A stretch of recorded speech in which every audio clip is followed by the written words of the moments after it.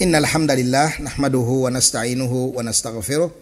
ونعوذ بالله من شرور أنفسنا ومن سيئات أعمالنا من يهده الله فلا مضل له ومن يضلل فلا هادي له أشهد أن لا إله إلا الله وحده لا شريك له وأشهد أن محمدا عبده ورسوله صلى الله عليه وعلى آله وصحبه أجمعين. ترابي ensonga ezenjawulo ku jamaatu tablighi musomo gwaffe oguwedde era nga tulabye nti yukinnuna al-adawata li ahli sunna wa yuzahiduna an-nasa 'anil ilmi an-nafi'i talmihan wa tasriha. Kironno sheikhi ekiri mu nsonga eneyo musanvu nti balemesa abantu okusoma baga olaba omuntu ng'agizibwa agenda okusoma okulaba ng'akoze eki ng'ayonoonese ekyo omusajja akingamba era mu safari yaffe tuba tutambula twasingana mu kibuga Mogadishu twalina ijitima mu Mogadishu kakati tumala twambuka ng'omukwano gutusaza mu kabu ani amanyi mathali eyo okusala mu kabu kyekitegeeza gutusaza mu kabu banka yaffe mu Luganda eri wana nenno ng'okyali ku ekyo kaakabu mukamanyi ndi umativu wano Shaddadi takamanyi Juma abadde ayinza okugamba nagati isha ng'akamanyiddwa bulungi nnyo kasinga ensera kagisingawo katono nnyo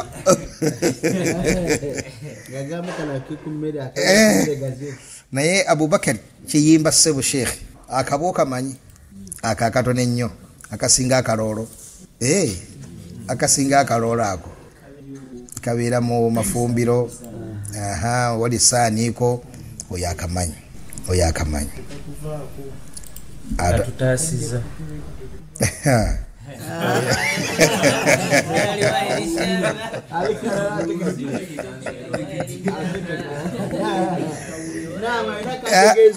Shabul Fattah atali siriwaya ndala erishadha abyononye era Sheikh Uthman bwatu byatugamba bonyonyole nnyo ekimanyiddwa okyankalanya bwongo yatuwa ekifaananyi nti omusajja singa gamba nti okakasanze nkuzaala bikyuka mu byobadde omanye feelings zikyukamu wadde ng'okuva mu buto omanyi nti yakola ki yakuzaala kakati omukwano gututta n'omukulu oyo naye twatuuka we tutuuka nambuuza negolagawa nimuga ngenda Yamani ogenda Yamani nti kukola kikusoma nasiriikirira we kiki nangamba abaana bonna bendabye abagenda ne basoma bwe bakomawo bato omulimo bwe bakomawo bato muki bato omulimo wa hukka lahum dhalik kibagwanidde okuguta kubanga toyinza kutegeera ku ddiini hakka kugitegeera nobeeranga osigala mu buzikiri kalenge omuntu ayinza okubuuza nga tuyinayo bahafidh betuulira abali mugundi abali gwe tomanyi n'abashiya bayina abaga nti basoma tomanyi n'abasuufi bayina abagamba nti basoma buli kibinja kibaamu akifunamu nga mwemuli olusuku lw'ekibanja kye nga kiri mu kibinja ekyo nga mwalina okubeera ngeri ewala alabanga ebibala ebiyinza obutakola ki ebitabalirayo ebigenda omufa naga nti ogenda eri nembeera kameme bwato sitaani bwe mulaga kambeere wano ebangulumiza n'atuulaawo wadde nga haqiiqa asomye abitegedde talina kubeera luddawa talina kubeera awo kitegereka bangi bali mu bannabida bali azimawuledi basomeddwa nga buli waddamu wafunira wuzu n'asiriikirira amanyi nti ali ku dalaala ali ku baatil byasoma siri ebyo naye atya obwavu atya obuki sitaani emulaga nti nno bw'anaabeera ku mazima agenda kukola atya agenda kwavuwala nasika omwerabidde Sheikh Habib yajja kuwirya mwawo ng'anyiize nnyo ku nsonga y'okutunda emizikiti naga zire ebimawuledi byammwe nja bivaamu nja kubivaamu bwe tubanga bitandise kutuswaza buswaza nja kubivaamu ng'ali awo kuwiryamu yajja otukyalirako awo ku nsonga y'okwanirira emizikiti gy'obusiraamu nadda n'abivuma tobiri bulijjo na ikhilaasu bulijjo si ibaada za kitiibwa wa hakadha buli bafunayo akakisa okujjako eno mu basiraamu ne babawayo ku muzindaalo nga ahli sunna wal jamaa ate obusiraamu si sunna za nabbi sallallahu alayhi wa sallam mwekutte ku sunna kabakasira kakola ki n'olwekyo bonna babeera bakimanyi abali sayidi yeeyo qalla an tajida omuntu nga yasoma obusiramu nga tamanyi dalala y'ekimya kyakola atya kyalimu nenga bumanyi nti n'abantu bamalirivu okusisinkana kyonna kibalisinkana maaso ga Allah abala sitaani bagamba nti omulyango wa tawuba muggule abala bagamba nti oliene bwoliwulira akasujja kakutte nga okola otya ng'ogira omusawo bw'ali gamba nti no kansa ze ng'ogira bwe bato beegumyagumya n'ebintu ebifaanaganako bwe bityo ogenda okukakkananga malakul mawuti ebazingiddeyo ebatutte abalala ne bakapira ddala emitima neefuuka haq nga tebakyagiwamu katibwa konna era nga bagikyayira ddala lukyawa olw'okumutima kitegereka n'olwekyo okubeera nti yuzahiduna nasa anil ilmi ekyo kimanyiddwa bo beekwatayo okubeera nti nno omwana tumukwase Qur'ani omwana tumukwase eki tumukwase Qur'ani ne balowooza nti okukwasa omwana Qur'ani kimala nedda omwana tumukwasa Qur'an ne tufuba okubeera nga abeera ku ntegera y'abalongoofu abaakola ki abaatukulembera era sheekh atugambye nti yarawuna annahu la najata linnas illa an tariqihim wa yadribuna ala dhalika mathalan bisafinati nuh man rakiba fiha naja wa man lam yarkab halak wa yaquluna inna da'watana ka safinati nuh وقد سمعت هذا المثل منهم في الأردن واليمن ne Uganda yebate bagamba nti no dawa yaabwe eringa eri atula nabbi Nuh alayhi salatu wassalam alirinnya agenda kuona atalirinye agenda kwesiŋŋaana ng'akubyeko amazzi filiyam ng'akoze eki ng'azikiridde ekyo nno si kituufu as-sunna ye safina yaki ya nabbi Nuh alayhi salatu wassalam ekifaananyi ekituufu sunna okwekwata ku nkola y'abalongoofu abaatukulembera lyeri atula nabbi Nuh alayhi salatu wassalam marrakibaha omuntu yekwata ku sunna naja akola ki waman lam yarkab agaana okukola atya waman takhallafa anha agaana okulirinya gariqa agenda kubbira azikirire eyo nno statement ya Imam Malik ibn Anas al-Asbahi imamu dari al-Hijra alayhi rahmatullah era mu ngeri yemu la yatamuna bitawhid al-uluhiyya aw tulabyewo tugenda ku nsonga eyo 10 wa bihi nakhtimu kazino kagenda wa Sheikh Habib Abdullah innahum ghayra musta'iddina li talabi al-ilmi wa yarawna al-waqta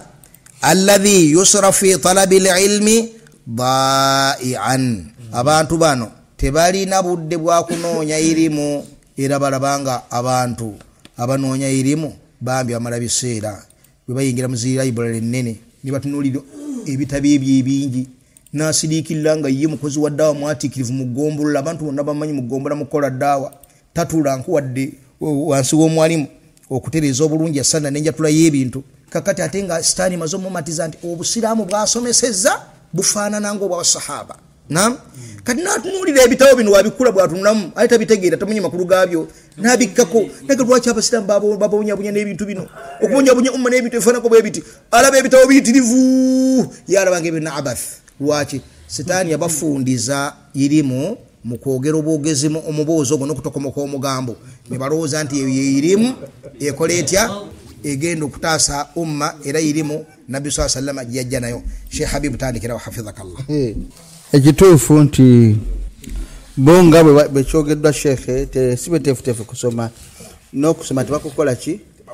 ilmu yonna bagifuniza mu kukwata Qur'an ate Qur'an bakwata nkwate naye tebagikola ki tebagitegeera ne bagifundiza ilmu n'abagifuniza bitabo byabwe ebitaano omuli fadailu a'mali muntakhabul ahadithi fadailu sadaqati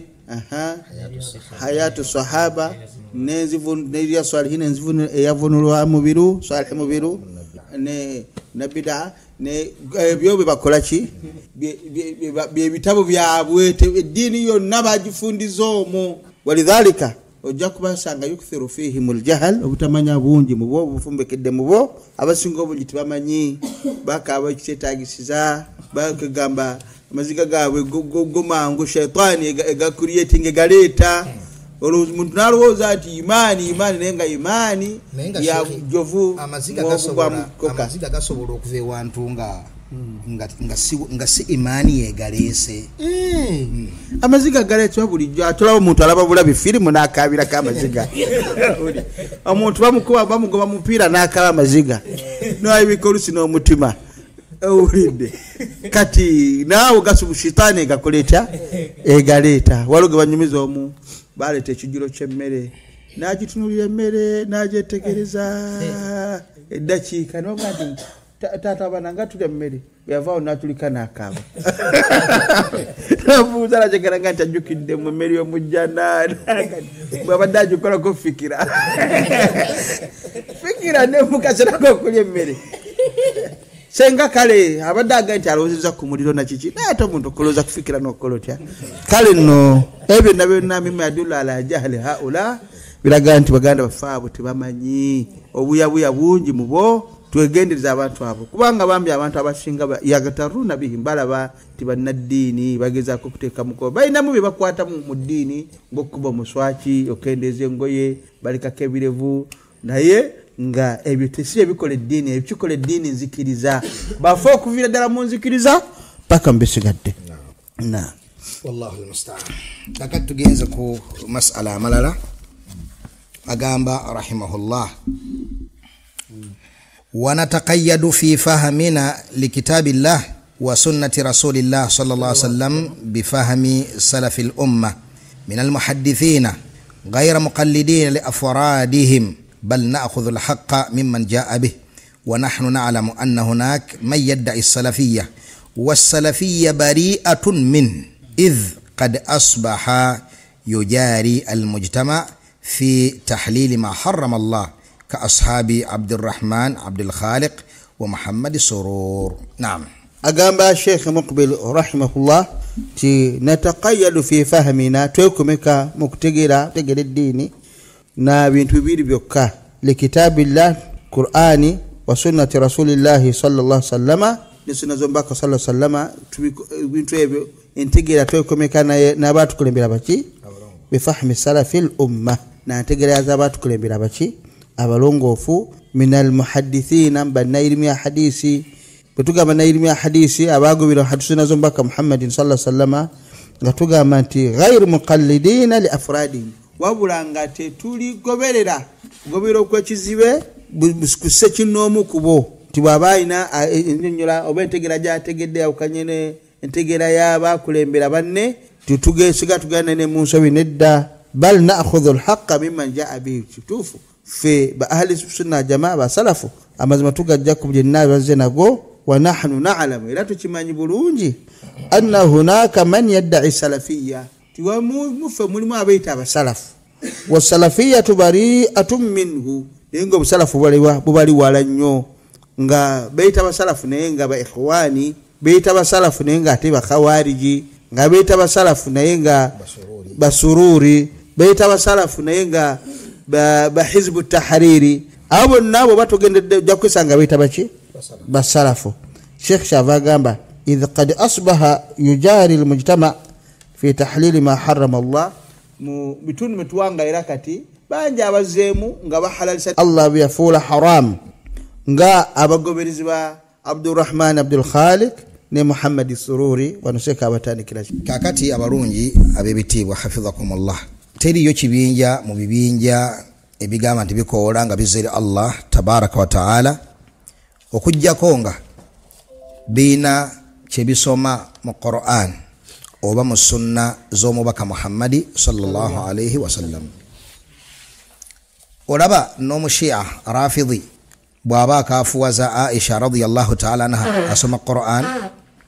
naam nagad inna Allaha ya'murukum an tadhbahu baqara Allah balagira musalente naam ne bagamba al-baqara man Aisha ente yo ye Aisha naam naye nga ayi nyini singo sikamwe mabega ayetya naam wa idh qala Musa liqaumihi inna Allaha ya'murukum an tadhbahu baqara naam Musa bwe yagamba abantu be nti owekitiibwa Allah balagidde musalente naye eyo aya muduhu yayo aya nyini nga bwetandika no singana nga bagamba nti eyensonga eri ku Aisha Allah yalagira abantu kusala Aisha mama wabakiriza nga aya ganti wa idh qala Musa okumanya dalal ina shu'um yayo obuze bwina shu'um yan bulina tujide tutya omuntu abeeranga omurogi naam abanga omurogi wa idh qala Musa liqaumihi Musa yagamba abantu benti inna allaha mazima wekitibwa allah ya'murukum abakola ki kati Aisha ali muqawmi ya nabbi Musa alayhi salatu wassalam mama wabakiriza baina Musa wa Aisha mafawuz adhima wakati wa Aisha ni Musa Allahumma barik biasa na biasa qurun wakati wawe ne bagamba nti yani kadhalik yu'minuna bil jibti wat taghut al jibt bagamba Abu Bakar at taghut yani ya Umar wa hakadha kakati bwaberanga ne firaq zaba zanadiqa nam ba mariqa ngaba rafidha ba shia basoma Qur'an tewewunya nti ate ebibinje ebiri ahwan minhum ate byo ebiwewu fumuko kububuze era nabyo bina kubanga bisoma ki bisoma Qur'an abasufi basoma Qur'an nam aba khawarij basoma Qur'an aba zikiri basoma Qur'an nam buli wali aya sabilillah ikigamba sabilillah kitegeza kusiba muki kusiba mugugu kusiba mugugu buli wali sabilillah wali okusiba mugugu wa hakadha nikitegeeza nti nno omusiraamu bw'aba ayagala okuwona alina okisiba ku bwongo bwe nti entegeera ewonya omuntu yeeyo gy'otegeera aya gy'otegeera hadithi ku ntegeera y'abalongoofu abaakola ki abaatukulembera era bwe tuba tugamba daawa yaffe tugamba nahnu ala alkitaabi wassunna ala fahmi salafi al umma tuliko Qur'an tuliko sunna ku ntegeera y'abalongoofu abaatukulembera olw'ensonga singa omuntu yeemalirira mu kutegeera ki mu kutegeera nusus dalla wa halak abula naam olaba tugamba nti munnange tokkirizibwa kugenda mu katale n'otulisizaamu bbomu munnange mulimu abaana abato mulimu abakyala mulimu abakadde mulimu bannaalumaya badisalu bali mulimu n'abasiraamu ogendo gakananga oliaga nti Allah yaga nti waqatilul mushrikina kaffatan kama yuqatilunakum kaffa Allah yatuta yabataddi waqatilul mushrikina kaffatan nam mulwanyisa abashiriku nga temusosodde kama yuqatilunakum kaffa ngana babalwanyisa nga tebakoze eki nga tebasosodde nevunula ayo munzivunula etali ntuufu ne bagiteeka mu kifo weetakolya n'akamu n'akeddagala nabbi sallallahu alayhi wasallam kana yursil almujahidin nam n'abawasaya n'abalamira nga tebannakola batya nagati wala taqtulu walida temutta abaana abato nam wala taqta'u shajara temusanga emtende gyabwe ne mugamba katugiteme ensuku zaabwe katuziteme ensolo zaabwe katuziteme wala taqta'u shajara yani la tutlifu al-amwal mugenze kulwana temugenze kuonona mali kitake kabulungi mu hadith emo wajada nabii sallallahu alayhi wasallam imra'atan maqtula fi ba'd al-maghazi nabii sallallahu alayhi wasallam mchala ngakoze iki ngatidwa fanaha an qatili an-nisa'i was-sibyan nabii nagana basahaba nagana ba mujahiduna mujihadi yonaje tulimo eno nahiya kumulembe gwabwe ne kumulembe kwa filimi nembe kikola gitya okuttachi okutta abakyala n'abaana bani ghayra almuqatilin singa abeerenga nakawanga ali mu majje oyo hukumu y'abasajja kiteka bulungi ennamuleebera namule yabaki tutuga nti ono mukazi bw'abeera mwambazi wa combat nam oyo naye ennamuleebera namule yabaki y'abasajja era mu ngeri y'emu nabbi yatuuka n'oggaana nam omusiraamu kyayinza obutalowooza nti gyekiri yatuuka n'oggaana okulumba baubbadi baabwe mu makanisa wahum kuffaru indana wahum kuffaru fil islam tuli mu lutalo waliwo abasajja babeere bamanyidwa babeera mu kanisa eyo bo tebavaayo babeeta abakadde b'ekkanisa abakadde b'ekkanisa mama kanisa abakadde b'ekkanisa babeereyo muki nabbi yatugaana okubalumbayo okubatta kasa tumanya nti bwe bali bwe tobawangaala abo lwaki olw'ensonga ekigendwa kya jihad sit at-tamattu bil qatl sikuwomerwa sikunyumirwa kuttana kuyiwa musaayi wabula li'ilai kalimatillah kusitula kigambo kyani falmuqatiluna abambadde emigemera wala bwe batuulibwa ku nfeete ekigendo kiba kimaze okutuukibwako kireka bulungi basajja twawulidde olutalo nga nti ffe katugende wa mukama twekuumire twekwate ku yesu nga tugende eyo bali ku bukafiiri we bali awo naye olw'okuba lam yahmilu silaha tebakabadde basiramu tebasudde bitala obusamu tutuga tugende tukole tutya so obwongo bwo mukhawariji bumugamba ki buga tusokaabo tusoke tubayiweko petroli tukole tutya bitotandikirako babi nnyo okusiga bana bakuteemigemera wala kitagereka kubanga kiraga nti obukwafu bw'obukafiri mu bwo bungi okusinga buliwa bweyo tebakola atya kakati bannange eddiini yaffe abalungi ab'ebitiibwa diini yattiba yagoberera bulungamu bombaka Muhammadi sallallahu alaihi wasallam nabi hadithi eziri khasa aganya okutta abaana aganya okutta asheba alfani omusajja omukadde nam atambulya kaggo aliyawo tokkirizibwa kumutta atumulana omudali olwokuba yamenye yafuna ebbango ly'obukadde gugenda gwekulula ku ttaka tetumutta nabbi yakola ki yakitugaana sheba fani si musajja mulwanyi songa musajja mukatoliki musajja mukinaye juuzo bw'omutoba okoze eki okoze zambi ddene wahakadha n'olwekyo ebyo nowonoota dalalaati ezo kwekwata ku ilmu kwekwata ku baulama twongera okukijukiza baganda baffe abo tubagamba nti yenna yagala okulwana ateeke sharia mu nsi kye bayita sharia tosobola kukiteeka mu nsi okujjako ng'ogisomye ku baulama ng'ogisomye ku baki bw'obeera nga bibasinga okubeera ekizibu kya umma kitegeeza ogenda kuteeka agantuntu mu nsi gwengolooza nti oliko sharia ogenda kutta abatalina kuttibwa abagenda kuleetera emitawaana ogenda kutta abatalina kuttibwa ogenda kwona emmali talina kwonoonebwa lwaki tolina ilimu ekufuga ekulungamya neweesiŋŋananga afsadta akthara mimma aslahta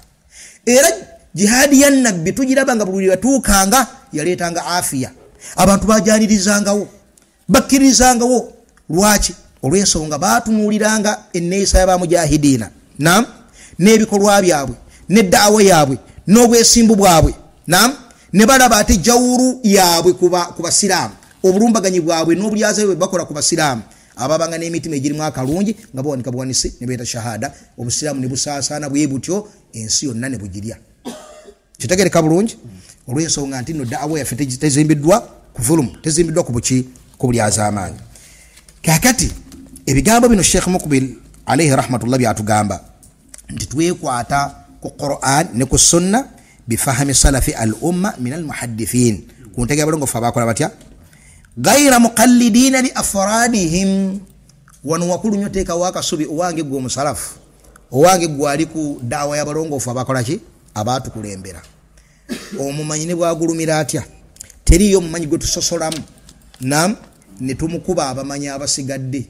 bwe tuba tugoberera salafu abalongofu abaatukulembera tugoberera jumulatihim so si shakhs minhum kitegereka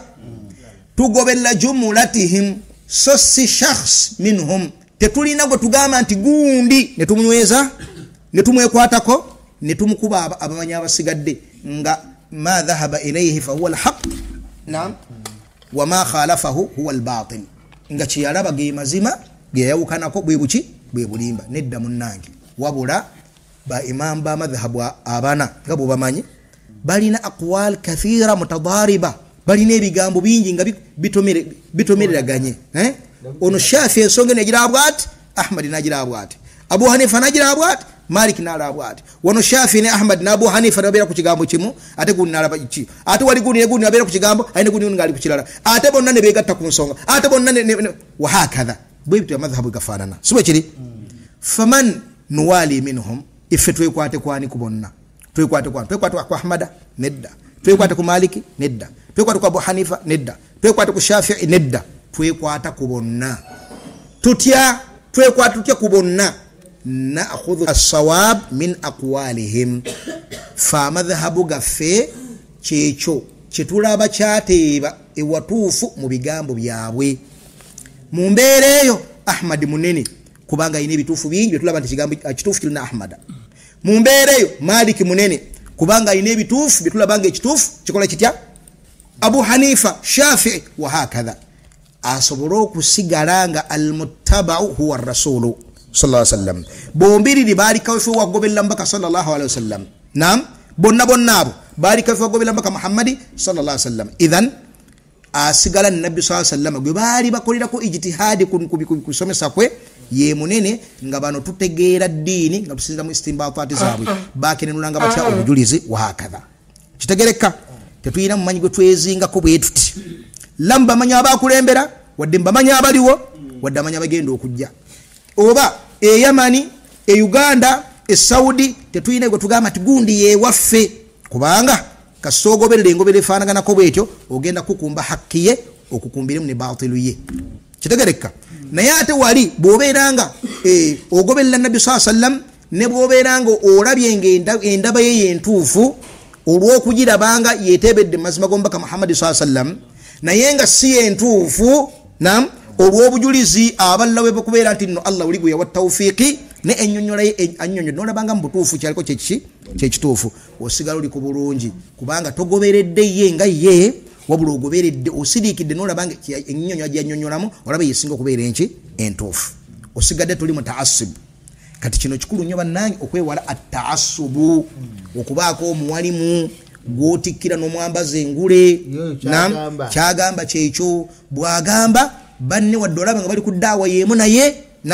toyagala kumanya nedda munnange olina okubeera ng'oteekayo ebirowoozo omala kusiika mu butuufu ne ku nsonga eno yali ku kituufu ne ku nsonga eno yali ku kituufu naye ng'owaddeyo kaccansi akasiriikirira iddi singa abeera bamwawukanyeeko banne bali ku ddaawa y'emu ku ntegeera y'emu so si nti nno galabuzi w'egindi erinnya lye libadde wano oba gundi w'egindi bannabbidaa la ibra bihim wala karama bwe tunuulira munnabbidaa nga yali mu kuarada ekigambo kyabali ku sunna walina kubeera nti notulabye nti